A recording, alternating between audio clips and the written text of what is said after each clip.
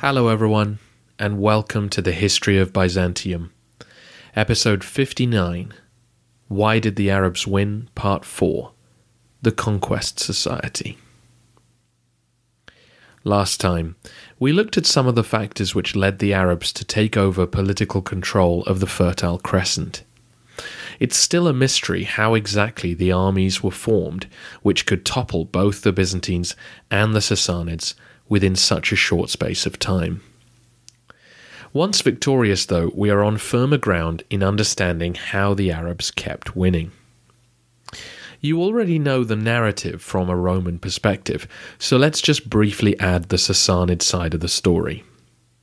You'll recall that after Khusro II was murdered during the war with Heraclius, a series of civil wars rocked the Persians until Yazdegerd III, Khusro's grandson, became King of Kings in 632. He was only 13 years old when the shocking defeat at Al-Qadisiyah took place. After the battle, the king was whisked northwards, and the wealthy citizens of Ctesiphon followed behind him, desperate to get away before the victorious Arabs arrived at the gates. The king fled across the Zagros mountains to Media, while the remnants of his army gathered at the fortress of Jalula in the foothills. Once again their army was beaten by the Arabs and routed. Iraq now lay defenceless before the Muslims. The Sassanid troops left behind were either hunted down or agreed to join the Arabs. Like the Taurus Mountains, the Zagros offered a natural line of defence for the Iranian homelands of the Sassanids. But while Heraclius had responded to his defeats by refusing to face the Arabs in pitched battle again, Yazdegerd and his advisors decided to continue to fight. Over the next 3 or 4 years, as Heraclius passed away and Egypt was invaded, the Sassanid army began raiding Iraq, probing for weaknesses in the Arab occupation. These attacks, though, made up the mind of the Arab commanders that they would have to go on into Iran and end the Sasanian menace for good. Yazdegerd called on his eastern armies and retired veterans to help fill out the depleted ranks of his western force, and these troops began to gather at the city of Nihawand. The Arabs marched in force across the mountains, engaged with the Sassanid army, and defeated them again. This was just the sort of last stand that Heraclius had forbidden, and it was to prove fatal for the Persians.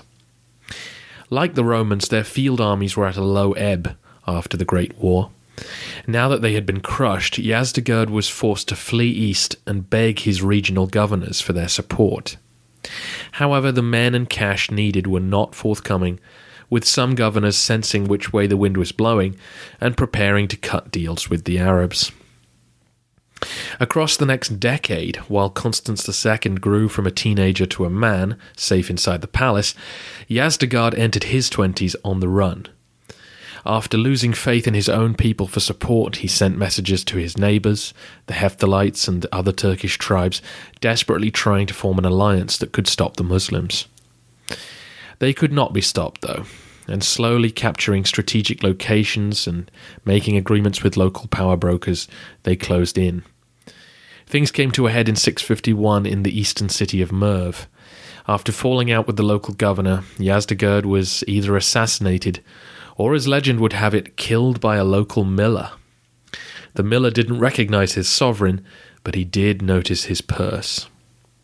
The Arab army then arrived at Merv to accept its submission, and soon afterwards a colony and military camp would be established there to control the province of Khorasan and maintain control of the whole of the Iranian plateau. Soon after this astonishing victory in the east, Muawiyah, back in Syria, was to lead an aggressive land and sea assault against Byzantium.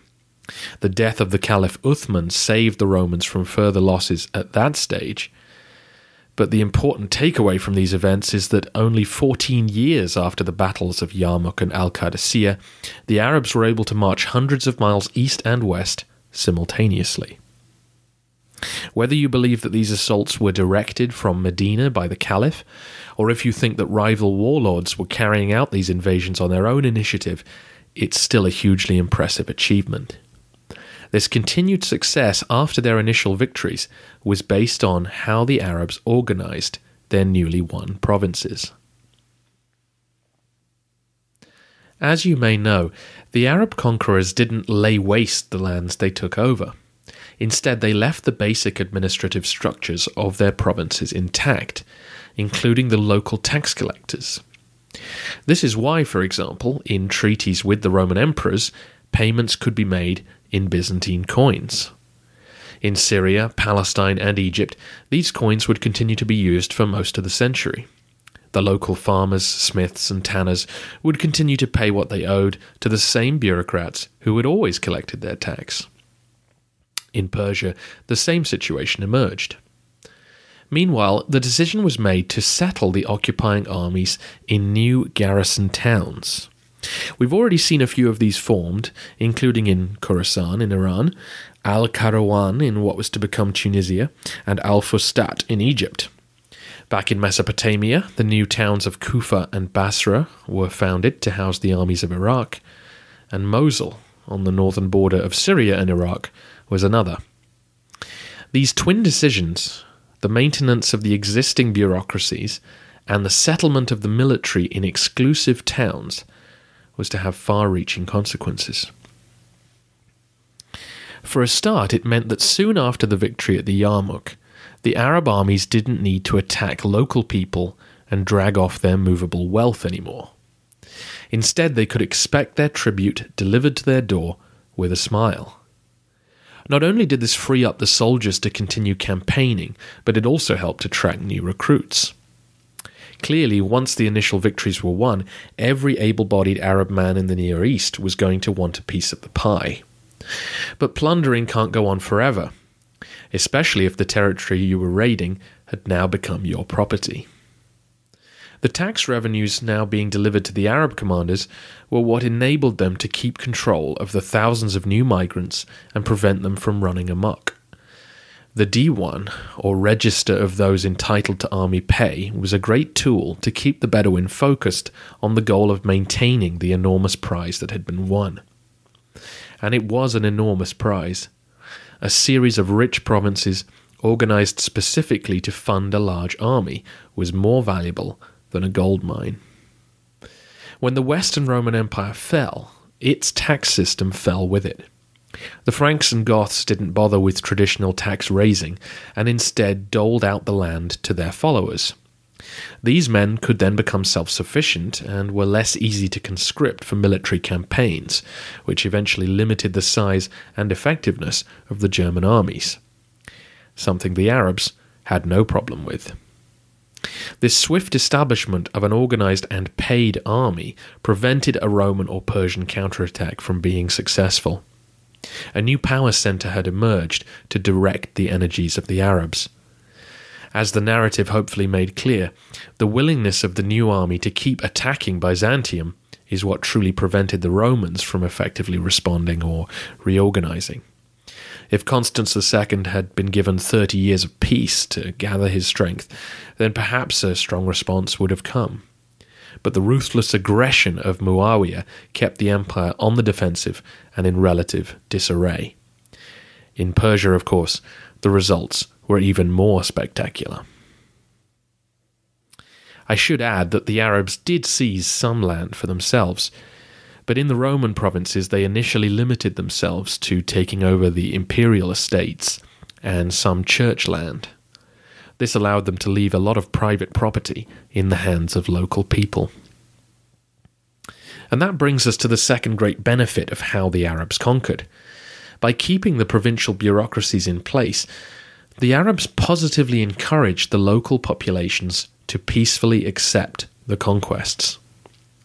In Iran, as I mentioned, many of the great families on the plateau cut deals with the invading Arabs to keep their ancestral homes in their hands in exchange for their cooperation.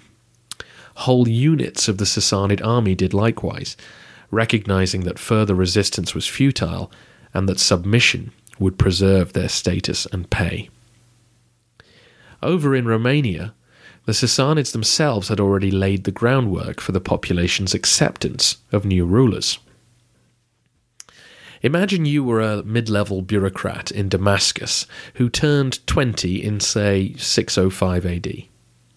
Then you would have served 3 different masters by the 650s. Growing up in Romania, it would have been natural for you to help administer your city and deliver tax revenue to the army of the East to help meet the payrolls. By your 30th birthday, you would now be doing the same job, but handing over the cash to an agent of Shawaraz, who would be paying his soldiers instead. The return of Heraclius would have greeted your 45th birthday, and by your 50th, the Arab armies had taken over.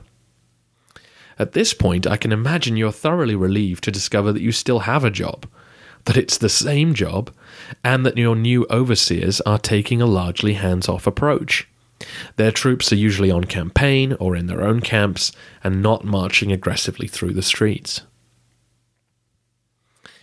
I think this is the key to our confusion over the Arabs' sudden ability to repeatedly defeat the Roman army. Very quickly, the Arabs were able to transfer the tax revenues of the eastern provinces into their own pockets. This meant that they were actually better financed than the Romans themselves. Syria and Egypt in particular were very wealthy places, far better off than Anatolia, which, as you know, had been repeatedly sacked and depopulated. In order to protect their dwindling resources, the Byzantines dug in and avoided pitched battles as much as they could, while the Arabs were now able to field cavalry-dominated raiding parties, the conquered lands providing them with the horses they'd lacked during the initial battles. A third major consequence of the Arabs' occupation strategy was that they maintained their Arab and eventually Muslim identity. When a so-called barbarian people conquer the lands of a so-called civilized people, what often happens is that the barbarians lose their own identity and become part of the civilization which they defeated. Famously, the Mongols who conquered China were eventually Sinicized and adopted Chinese ways. Closer to our own story, the Goths and Franks would eventually succumb to much of what was Roman culture. They would become Christians, learn Latin, and eventually hail Charlemagne as Emperor of the Romans. Their Germanic origins had been watered down to fit the dominant modes of behavior. This was a particular danger for the Arabs, in part because their subjects massively outnumbered them, and partly because their new religion grew out of the Judeo-Christian world. Those who've listened to the episodes on the origins of Islam know that the possibility of the new movement becoming merely a separate form of Christianity was a real threat. But by keeping the new ruling elite locked up in the garrison towns, the leaders of the conquering armies were able to maintain control of their identity. This also prevented too many local power bases from rising up and breaking the caliphate apart. As we've seen, these civil wars did rock the newly founded empire, but it remained an Arab-Muslim affair. The local Persian and Roman populations had to come to the conquerors to advance politically or financially. When they intermarried with the Arabs, their children would become Muslims and learn Arabic. This process took place quite slowly. The middle class and peasantry would remain Christian for centuries to come, but the establishment of the garrison towns prevented the new civilization from being absorbed by the old one. The decision to build garrison towns was probably a mix of good planning and good fortune. Many of the Bedouin felt that living in towns was confining and preferred to live in tents under the stars as they always had, while others were afraid to live in the cities of Syria because of the Byzantine control of the sea. The thought that an attack might come at any moment made towns built well inland far more attractive. I hope across the course of these podcasts I've been able to answer a lot of your questions. As I mentioned in previous episodes, a lot of you wanted to know about the military tactics of the Arabs and how they were able to defeat the Romans in battle, to which there are sadly few concrete answers. One listener asked about how the Arabs constructed military camps. As far as I know, the Arabs rarely went to the lengths of the classical Roman army of digging trenches or cutting down trees to form barricades. The Arabs travelled into Anatolia with mules, camels, and horses in great trains and established lightly defended camps before setting out on horse to raid the countryside. Reports of the few times the Romans were able to inflict damage on them suggest that imperial soldiers caught the Arabs off guard, or as they were travelling home, when they would be most vulnerable. By the time they began regular invasions of Anatolia, the Arab cavalry would have worn chainmail shirts and carried light shields to go with their sword, spear, and bow. This was lighter armour than the heavy Byzantine cavalry, but meant the riders could move faster and with greater flexibility. Essentially, the Muslim armies were made up of versatile fighting men who could fight both on horse and on foot. A veteran Byzantine soldier might still be better trained, but then again, a man who'd grown up in the desert would be far tougher than a raw Roman recruit. So the Arabs probably had better armies man for man. The Byzantine formation training would still, in theory, be a match for Arab organisation, but pitched battles were becoming rarer, and Arab morale was untouchable. As you know, morale is so important to an army, and the Arabs were now bearers of God's favour, while the Byzantines were still in deep shock about what had happened.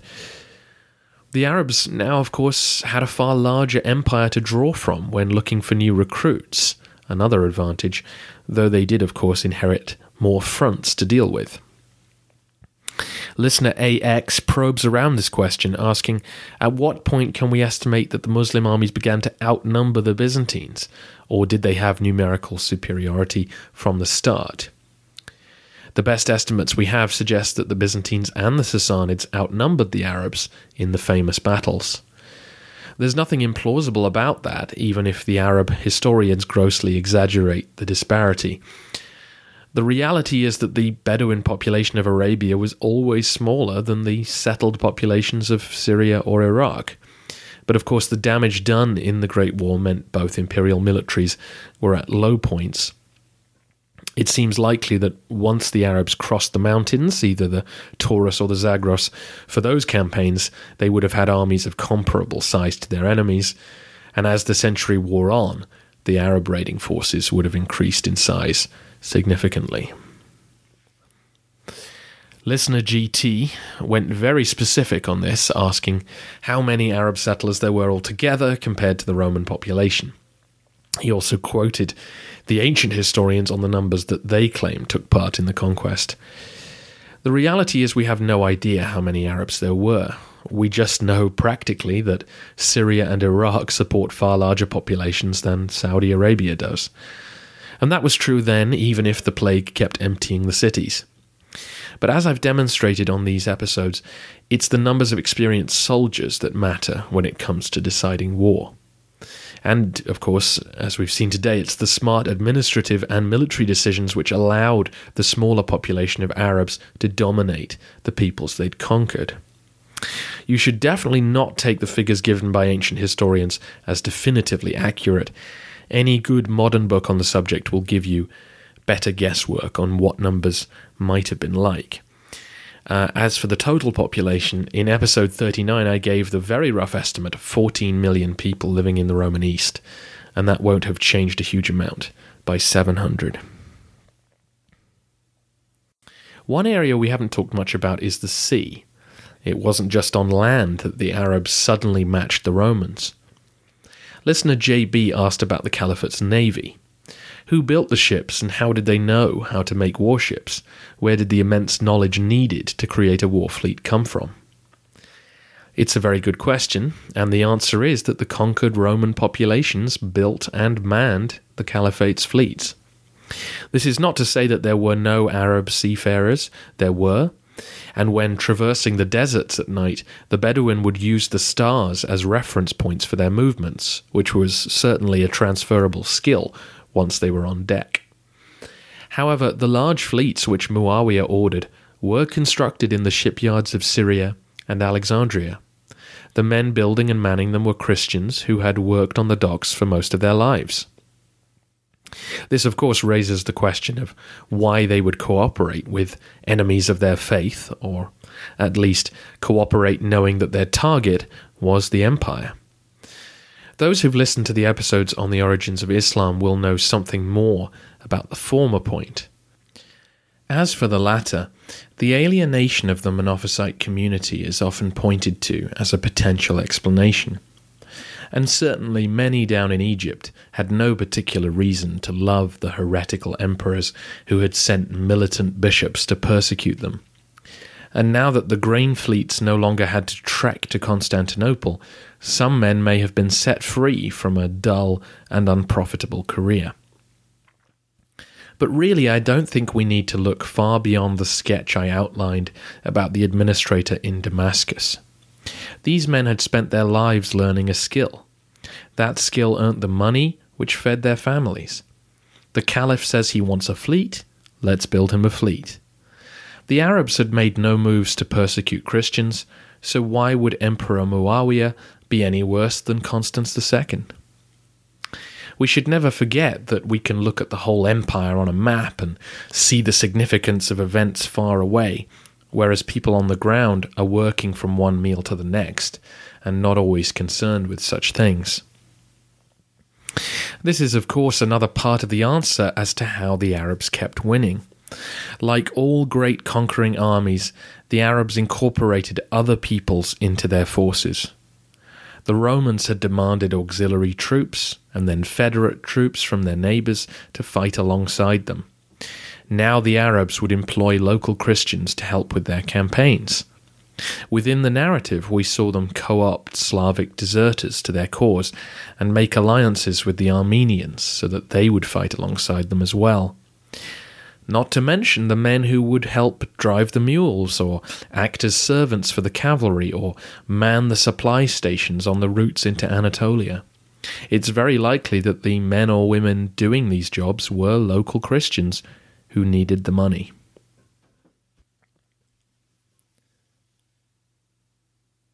Muawiyah is a key figure in all of this. Due to the inadequacies of the historical accounts, we can't be sure of many things about him, but he certainly seems to have operated largely without control from Medina.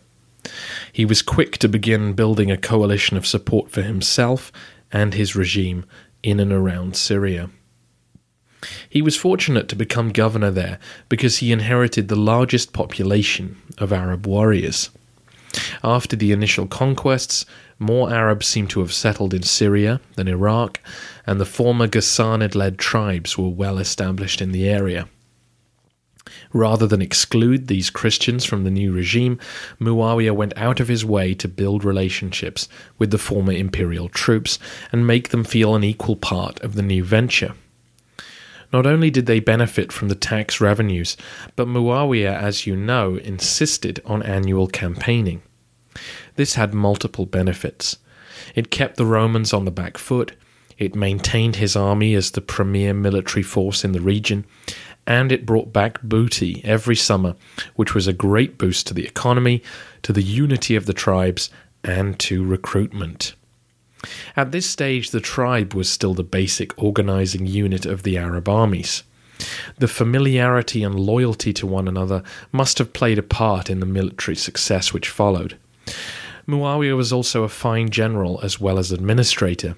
He would rotate troops between the frontier and rear garrisons so that everyone could get a share in the spoils, which doubtless added to the enthusiasm and freshness of his men.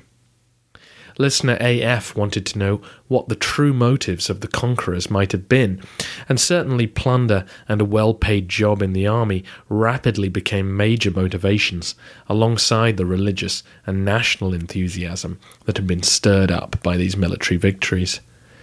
As we've seen, it's much easier to understand the motivations of those who joined in after the Yarmouk than it is to understand those who took part in the battle.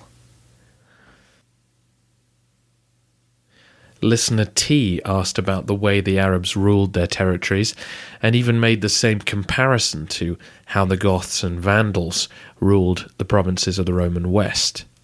However, in his question he used the phrase, "The Arabs have just taken over a massive area where the majority of the population is nothing like them."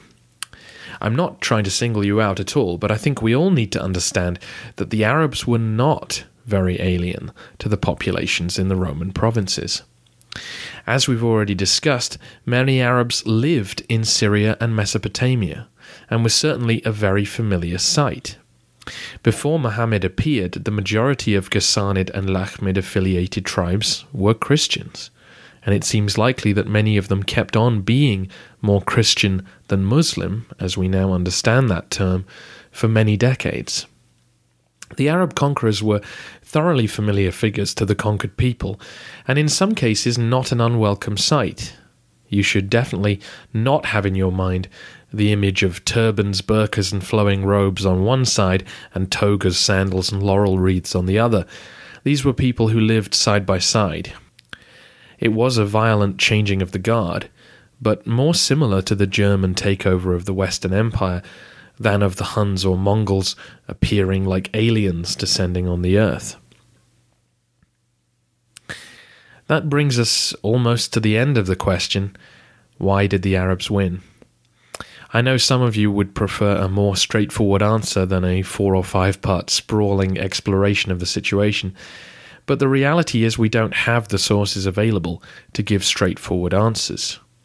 There is no Arab maniple system which can explain how they defeated the Romans at the Yarmouk. Increasingly, I think Tom Holland's explanation that a freak historical moment occurred when the men of the desert suddenly had an advantage over the settled peoples, thanks to plague, war, and religious belief, is the best explanation we have. I also think we encountered the Germans far more often in the story of the fall of the West, and saw them defeat the Romans multiple times, that when the fall of the West came, it wasn't a shock. Whereas the Arabs working with the Persians and Romans seems less to lead to them defeating their masters in battle and taking over the way the Germans did. But it seems likely that that's what happened. I will go back, though, to my point about the Arabs wanting it more, which perhaps is better said as the Arabs were better placed than any other people to make their conquests last. The men of the steppes, the Huns and Hephthalites, could on occasion destroy whole imperial field armies, but they were too distant to conquer and replace the people they'd defeated. The Slavs had come in vast numbers into the Balkans in a similar way to the Arab migration into the Fertile Crescent, but they never established a state which could conquer the area. And then when you look at the Germans, those Goths, Franks and Vandals, they had the power, they stayed and settled down, they did bring the Western Empire to its knees, but eventually they became part of that civilization that they'd conquered. The Arabs were to be different. They were to articulate a religion, a language, and a national history which would so dominate the peoples they'd conquered that those people would become Arabs.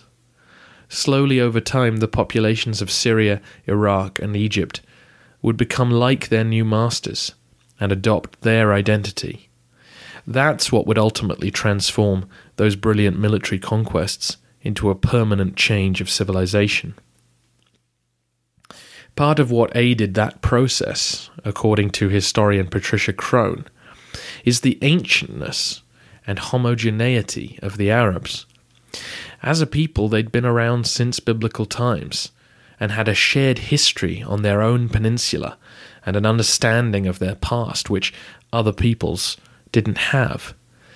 That sense of a shared history was vital in bringing all those Christian Arabs and pagan Arab tribes together into one tent, which would form the new religion of Islam. If you'd like more information on that story, then you can still buy the episode on the origins of Islam. Listener L tells me I should have mentioned that it is over 70 minutes long, so it's definitely going to give you value for money. On the next episode, though, it's time to turn away from the Arabs and back to the Byzantines. I say that, but I suspect we'll have plenty more to say about the new arrivals as we look around the provinces and survey the damage in Anatolia and elsewhere. With Christmas almost upon us, I'm not sure when that will be exactly, but I am working on it. In the meantime, contact me at thehistoryofbyzantium@gmail.com, or at the website, or on Facebook, or on Twitter. Thanks for listening, and happy holidays if I'm not back before then.